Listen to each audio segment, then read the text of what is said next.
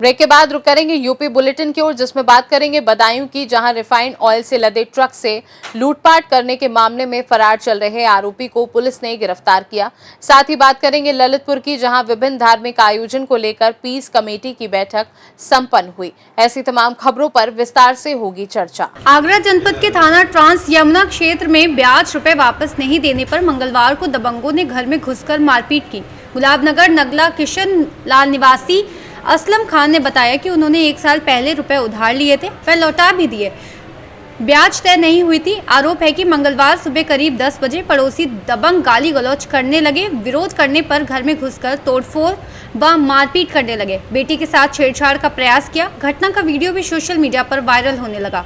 वहीं दूसरे पक्ष की मीना बेगम ने बताया कि उधार के रुपए मांगने गए थे, गाली गलौज व मारपीट करने लगे। थाना अध्यक्ष भानु प्रताप सिंह ने बताया कि दोनों पक्षों में रुपयों के लेन देन को लेकर विवाद हुआ। मामले की जांच की जा रही है। पर्चा दे दीजिए। असलम खान सिद्दीकी। क्या मामला हुआ था? मामला कुछ नहीं था कि कुछ पैसे मेरी बुआ वगैरह के मुझ पर चाहिए रहे थे, तो मैंने वो पैसे उनको जैसे लिया तैसे दे दिया। वो कुछ उनके काम नहीं आया मैं, तो उन्होंने दवा बनाया कि इस पैसे की इनसे ब्याज वसूल की जाए। ब्याज वसूल न देने की वजह से वो मेरे पास आई और अपने बच्चों को लेके उन्होंने शांति भंग मेरी की। सोते हुए मुझे जगाया और शांति भंग करने पर तोड़फोड़ की, घर में मारपीट करी। मेरी बेटी, मेरी पत्नी मेरे सामने आई, उससे भी उन्होंने छेड़खानी की, हाथ उन्होंने मारा उनको। अच्छा, कौन कौन लोग थे वो? ये हमारे ये गुड्डो, ये मीना, रुखसाना, इनके बच्चे 2-2, 3-3 बच्चे हैं। करीब घर में 6-7 लोग आए थे, लेकिन करीब उनकी 15-20 से भरी थी। क्या आपने इसकी कोई तहरीर दी थाने में? तहरीर दी थाने में, लेकिन अब तक कोई सुनवाई नहीं हुई। आगरा से सी न्यूज संवाददाता विष्णु बाघेल की रिपोर्ट।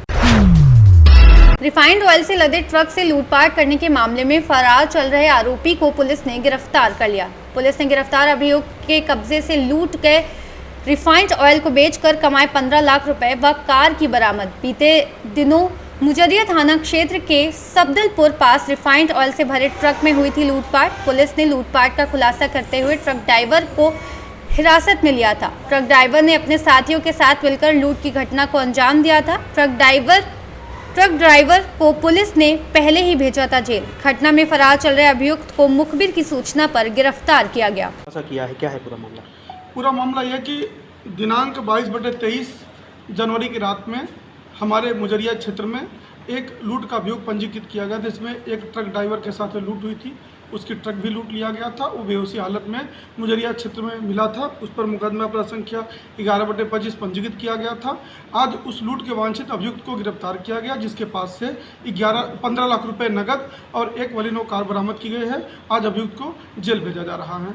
बदायूं से सी न्यूज संवाददाता अभी की रिपोर्ट। ललितपुर में आगामी त्योहार हनुमान जयंती, महावीर जयंती व अंबेडकर जयंती के मद्देनजर कोतवाली परिसर मेहरौनी में उप जिलाधिकारी मेहरौनी राज बहादुर सिंह के मुख्य अतिथि एवं पुलिस क्षेत्राधिकारी मेहरौनी रक्षपाल सिंह की अध्यक्षता व कोतवाली प्रभारी निरीक्षक विनोद कुमार मिश्रा के नेतृत्व में नगर के सम्रान नागरिकों की उपस्थिति में शांति समिति की बैठक का आयोजन किया गया। बैठक के दौरान सर्वप्रथम महावीर जयंती को लेकर जैन समाज के पदाधिकारियों व समाज सेवियों से विचार विमर्श किया गया और नगर में निकलने वाले जुलूस के संबंध में चर्चा की गई, जिसमें शांतिपूर्ण ढंग से त्योहार मनाने की प्रशासन द्वारा अपील की गई। तो वहीं त्योहारों की श्रृंखला में आगामी 12 अप्रैल को होने वाले हनुमान जयंती पर्व को लेकर भी काफ़ी विचार विमर्श किया गया। साथ ही आगामी 14 अप्रैल को अंबेडकर जयंती के जुलूस को लेकर भी रूपरेखा प्रशासन के संज्ञान में रखी गई।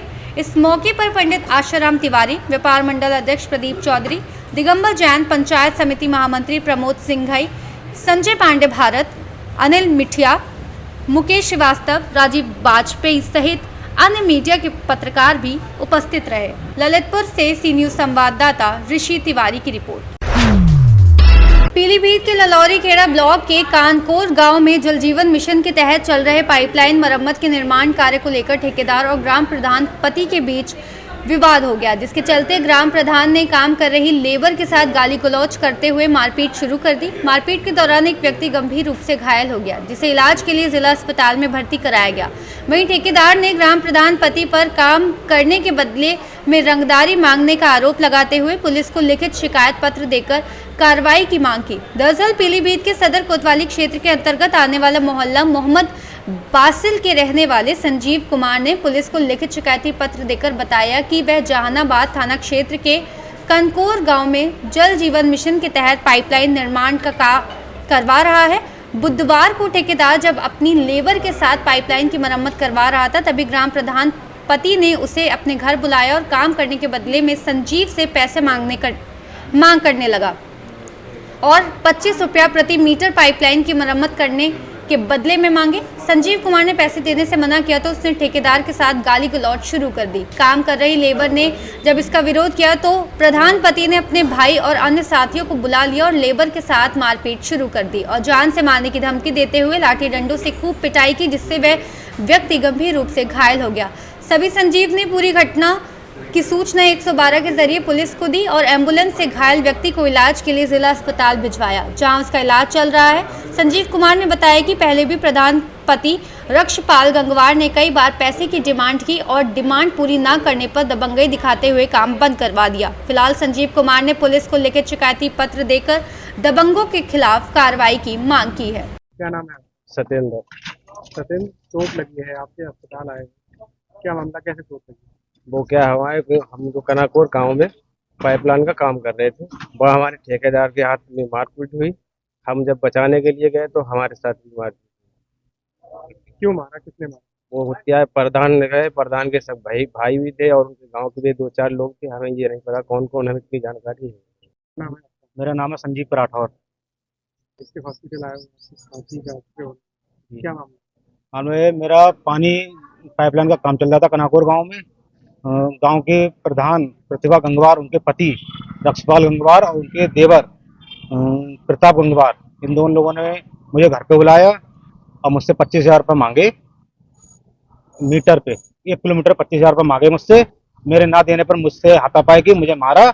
मेरे हाथ में चोट आई है, मेरे सर में चोट आई है और जाके मेरा काम बंद करवाया। मेरे लेबर को मारा, इस लड़के को मारा है अंदर बचाने के लिए जब गए, इस लड़के को मारा, अंदर लड़का, उसके पैर में चोट लगी है। अभी एक्सरे होगा, पता लगेगा पैर टूटा है नहीं टूटा है।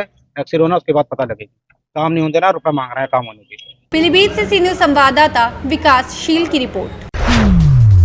पत्रकार राघवेंद्र वाजपेयी हत्याकांड का पुलिस ने किया खुलासा। कार्यदेव बाबा मंदिर के पुजारी समेत 5 लोगों पर आरोप लगे हैं। पुलिस के मुताबिक राघवेंद्र ने बाबा शिवानंद उर्फ विकास राठौर को दुष्कर्म करते देख लिया। इस वजह से बाबा ने कराई थी पत्रकार की हत्या। बाबा के करीबी निर्मल सिंह व असलम गाजी ने हत्या में निभाई थी अहम जिम्मेदारी।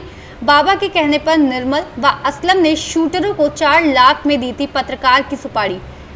पुलिस के मुताबिक मिश्रिक कोतवाली इलाके के अटवा निवासी राजू तिवारी व संजय तिवारी ने हत्या की वारदात को अंजाम दिया था। पत्रकारों के हत्यारों पर पुलिस ने 25-25 हजार का इनाम जारी किया। 8 मार्च को दिन दहाड़े हाईवे पर गोली मारकर पत्रकार राघवेंद्र वाजपेयी की हत्या हुई थी। 3 लोगों को गिरफ्तार कर पुलिस ने जेल भेज दिया। शूटर अभी भी फरार। थाना महोली क्षेत्र में एक पत्रकार जिनका नाम राघवेंद्र वाजपेयी है, इनका एक हत्या का मामला 8 मार्च को हुआ था, जिसमें उचित धाराओं में अभियोग पंजीकृत किया गया था। हत्या के खुलासे के लिए कुल 12 टीमें लगाई गई थी, जिनके द्वारा अलग अलग विभिन्न एंगलों पर जांच करते हुए आज 3 अभियुक्तों को गिरफ्तार किया गया है, जिनके नाम विकास राठौर उर्फ शिवानंद, निर्मल सिंह व असलम गाजी हैं। इन तीनों को गिरफ्तार करके माननीय न्यायालय भेजा जा रहा है। पुलिस के द्वारा इसमें विस्तृत जांच की गई। जो मृतक हैं उनके जहां जहां पर भी किसी भी प्रकार के विवाद सामने आए, उन सभी एंगल्स पर जांच की गई। पुलिस के द्वारा घटनास्थल का सीन रिक्रिएशन कराया गया। सभी प्रकार के जो सीसीटीवी कैमरे हमारे पास मृतक के आवास से लेकर और घटनास्थल और उसके पश्चात जो आने जाने वाली रोड है, उन पर जो सीसीटीवी मिले उनको हम लोगों ने कलेक्ट किया, उनका एनालिसिस किया गया, जिसके आधार पर हम लोगों ने सर्विलांस, बीटीएस और सीडीआर के माध्यम से आज इन 3 अभियुक्तों को गिरफ्तार किया है। इसमें कुछ अन्य अभियुक्तों की गिरफ्तारी अभी शेष है, जिनकी गिरफ्तारी का प्रयास किया जा रहा है। पुलिस के द्वारा जब इसमें जांच की गई तो ये पाया गया कि महोली क्षेत्र में एक कार्यदेव मंदिर नाम से स्थान है, जहां पर मुख्य पुजारी रमाकांत मिश्रा हैं। उनके सहयोग के लिए एक व्यक्ति जिसका नाम विकास राठौर है, थाना रामकोट सीतापुर का ओरिजिनल रहने वाला है, ये नाम बदलकर विकास मिश्रा उर्फ शिवानंद के नाम से मंदिर पर रहता था। मंदिर में तंत्र मंत्र अनुष्ठान व अन्य प्रकार की कार्यवाहियों में सम्मिलित रहता था। इसके लगातार मंदिर पर रहने से कई व्यक्ति इसके झांसे में आते थे और इसके द्वारा की जाने वाली धार्मिक कृत्यों में अपना सहयोग देते थे।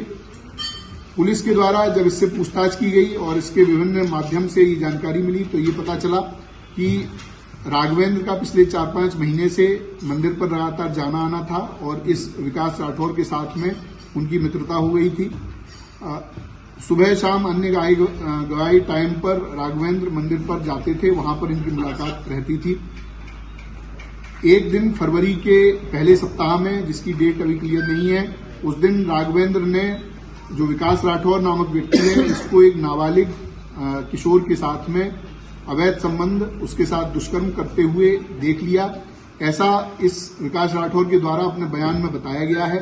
विकास राठौर ने यह भी बताया कि जब इसके दुष्कर्म को उन्होंने देख लिया और उसके बाद में उसको उजागर करने की बात की, चूंकि ये मंदिर जैसे बहुत ही महत्वपूर्ण स्थान पर रहता था तो ये अधार्मिक कृत्य कर रहा था, तो इसकी बात उजागर करने के लिए जब बात हुई तो इसको संशय हो गया। इसको लगा कि अगर ये ऐसा होता है तो मेरी पूरी जो बनी बनाई प्रतिष्ठा है, जो मेरी बनी बनाई आर्थिक स्थिति है, वो खत्म हो जाएगी। क्योंकि मंदिर एक बड़ा मंदिर है, वहां पर इसको काफी आमदनी रहती थी और ये अलग अलग तरह के कार्यों के लिए अन्य अन्य जनपदों में भी जाता था।